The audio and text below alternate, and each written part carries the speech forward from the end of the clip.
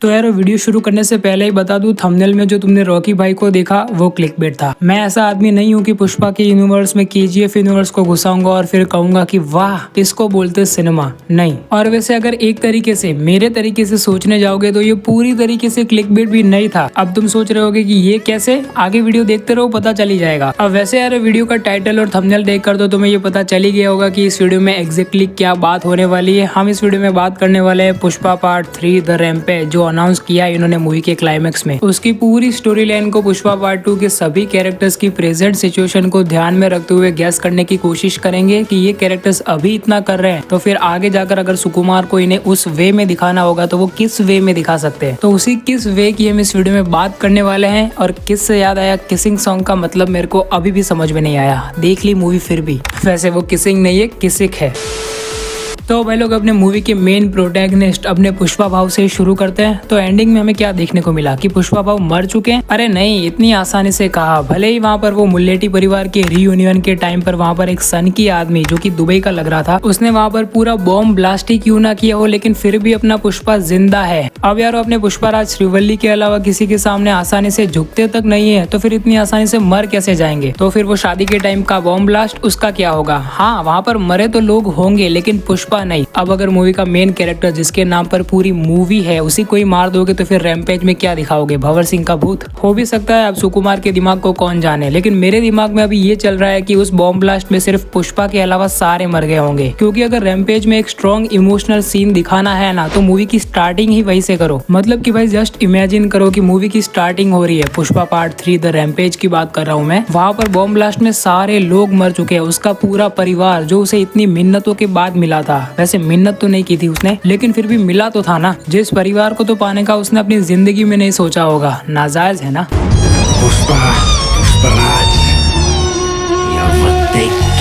लेकिन फिर भी उसके भाई ने उसको एक्सेप्ट किया क्योंकि उसकी बेटी को बचाया था पुष्पा ने। इसी वजह से हर चीज का कोई ना कोई कारण होता है, ठीक है। जिनसे बचाया वो कौन थे और वो कितने बड़े थ्रेट बनने वाले हैं पुष्पा भाव के लिए, उस पर भी बात करेंगे। लेकिन पहले ये बात कर लेते हैं भाई लोग, जिस सीन के बारे में मैंने तुम्हें पीछे बताया पुष्पा पार्ट 3 द रैम्पेज के स्टार्टिंग वाले ही सीन के बारे में, जो मेरे हिसाब से होना चाहिए वहाँ पर, उसको मैं और थोड़ा खींच के डिस्क्राइब करने की कोशिश करता हूँ। आई थिंक वहाँ पर पुष्पा की पूरी फैमिली यानी कि पूरे मुल्लेटी परिवार का नामो निशान मिटा देना चाहिए। ये क्या बात करता है यार। अरे इतना ही नहीं, पूरा तो सुनो। वहाँ पर पुष्पाराज अकेला उस पूरे बॉम्ब ब्लास्ट वाली जगह में से उठ रहा है, मुंह पर राख है और सामने परिवार वालों की लाश है। अगर मेरी फैमिली को ये पता चल गया कि मैं यहाँ पर ऐसी बातें करता हूँ तो मेरी लाश ढूंढने से नहीं मिलेगी। लेकिन तुम लोगों के लिए इतना रिस्क तो मैं उठा ही सकता हूँ। लेकिन अब भाई लोग एक और डिटेल जो मैंने नोटिस की है पुष्पा पार्ट 3 द रैम्पेज के लिए, कि सुकुमार की प्लानिंग बहुत ही ज्यादा दूर की है। पुष्पा पार्ट 2 द रूल का पहला प्रमोशनल कंटेंट ही उन्होंने यूट्यूब पर क्या गिराया, जो अभी पुष्पा पार्ट 2 देखने के बाद पुष्पा पार्ट 3 द रैम्पेज का लग रहा है। उस टीजर या फिर अनाउंसमेंट टीजर में साफ साफ देखने को मिल रहा था ना कि पुष्पाराज गायब हो चुका है, उसको 7-8 गोलियां लगी है और वो शेषाचलम के जंगलों में फरार हो चुका है। और वो वैसे जिंदा है लेकिन फिर भी लोग यहाँ पर बहराए हुए हैं। जब उन्हें पता चलता है कि वो जिंदा है तब लोग यहाँ पर खुशी से झूम उठते हैं क्योंकि यहाँ पर पुष्पा ने काफी मदद की है उन लोगों की। लेकिन इसका कंक्लूजन तो हमें पुष्पा के पार्ट 2 में देखने को ही नहीं मिला। अब इसका सीधा सीधा मीनिंग निकल कर यही आता है कि इसका कनेक्शन कहीं ना कहीं पुष्पा पार्ट 3 की स्टोरी लाइन के साथ है, क्योंकि इसमें तो फिट नहीं बैठ रहा। हाँ, वो सीन्स दिखाए गए हैं हमें पुष्पा के पार्ट 2 में, लेकिन अलग ही कॉन्टेक्स्ट में दिखाए गए हैं। और अब भाई लोग सेकेंडली वो जापान वाले लोगों से लड़ने वाले फाइट सीन को कैसे भूल सकते हो, उसका भी कोई भी कंक्लूजन निकल कर नहीं आया इसके पार्ट 2 में। तो वो भी क्या ओपन एंडिंग छोड़ी है पुष्पा के पार्ट 3 के लिए। हाँ, ये वाले अनाउंसमेंट टीजर में हमें देखने को मिल रहा था ना कि पुष्पा जापान, चाइना, मलेशिया, पता नहीं कहाँ हो सकता है। तो अब आई थिंक कि सुकुमार इन सारी ही लोकेशंस को cover Pushpa part 3 the rampage में ही करेंगे, जहाँ पर कि अब अगर आगे बढ़े तो पुष्पा को इतनी जगह पर भागना क्यों पड़ रहा होगा पता है, क्योंकि यहाँ पर सेंट्रल मिनिस्टर के भाई और उसके भतीजों दोनों को ही खत्म कर दिया है। तो अब वो सेंट्रल मिनिस्टर है भाई, कुछ तो करेगा ही ना वो। तो इसी वजह से अपने पुष्पा भाव भाग रहे होंगे। तो अब सारे सिंडिकेट के कनेक्शन का क्या होगा, सारे सिंडिकेट का कनेक्शन भी छूट जाएगा ना पीछे, क्योंकि सेंट्रल मिनिस्टर इज रियल। वो भाई नहीं छोड़ने वाला अब, क्योंकि एंडिंग में उसकी आंखों में मैंने देखा था कि बदला तो जरूर लेगा वो। लेकिन फिर भी वो एक और विलन का इंतजार कर रहा था, वो मास्क वाला, पता नहीं कौन, दुबई का शेख।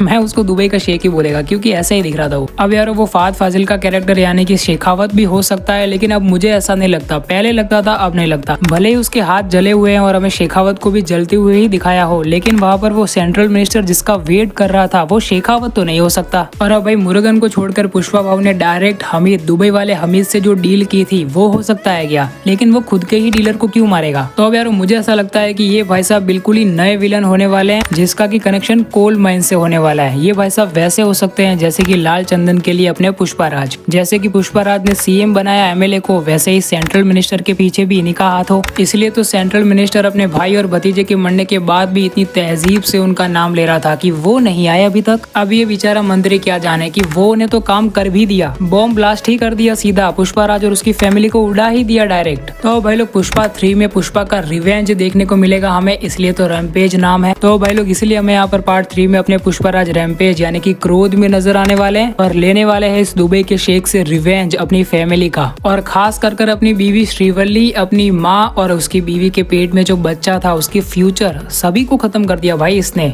मतलब कि करने वाला है पार्ट 3 में, अभी तक पता नहीं चला है, मैं तो सिर्फ गेस कर रहा था। तो भाई लोग जब मैं पुष्पा पार्ट 2 को देख रहा था और जब मैंने देखकर खत्म किया तब मुझे ऐसा लगा कि जॉली रेड्डी कहाँ गया। जॉली रेड्डी तो बहुत उछल रहा था कि मैं बदला लेगा तेरे से, लेकिन एंड में ही वो ठीक हो गया। पूरी पुष्पा पार्ट 2 लगी इसे ठीक होने में, लेकिन फिर भी अब देखते हैं कि ये पुष्पा के पार्ट 3 में क्या करता है। और वो दो चिरकुट मंगलम श्रीनु और उसकी बीवी दक्षायनी भी अब जाकर सेंट्रल मिनिस्टर से मिल चुके हैं और ये लंगड़ा भी मिल चुका है जॉली रेड्डी। तो अब देखते हैं कि वो बॉम्ब ब्लास्ट करने वाला अननोन आदमी, जिसके की रोल में या तो रॉकी भाई को कास्ट कर लो या फिर विजय सेतुपति को। तो अब ये सारे ही विलन्स वर्सेस अपने अकेले पुष्पा राज जो कि रैम्पेज यानी कि क्रोध में है, उनका युद्ध देखने को मिलेगा। और अभी अपने पुष्पा राज रूल भी नहीं कर रहे, यानी कि इतने सारे कनेक्शंस भी नहीं है कि लोग बुलवा कर मरवाएंगे। वो इतने सारे विलन्स के साथ अपनी पूरी आर्मी के साथ लड़ाई नहीं करने वाले हैं वो रैम्पेज में। मतलब समझ रहे हो, यहाँ पर उनका पूरा स्ट्रगल दिखाया जाने वाला है हमें पुष्पा के पार्ट 3 में। And I love struggling heroes. जब वो स्ट्रगल करते हैं तो भाई अंदर से फील होता है कि नहीं ये एंड में जीतेगा तो कुछ फील होगा। तो बस अब इस ट्रेन को यहीं पर रोक देते हैं, वरना ये काफी आगे तक जाएगी, क्योंकि मेरे विचार अभी रुक ही नहीं रहे हैं। तो इसीलिए टाटा बाय बाय, सब्सक्राइब।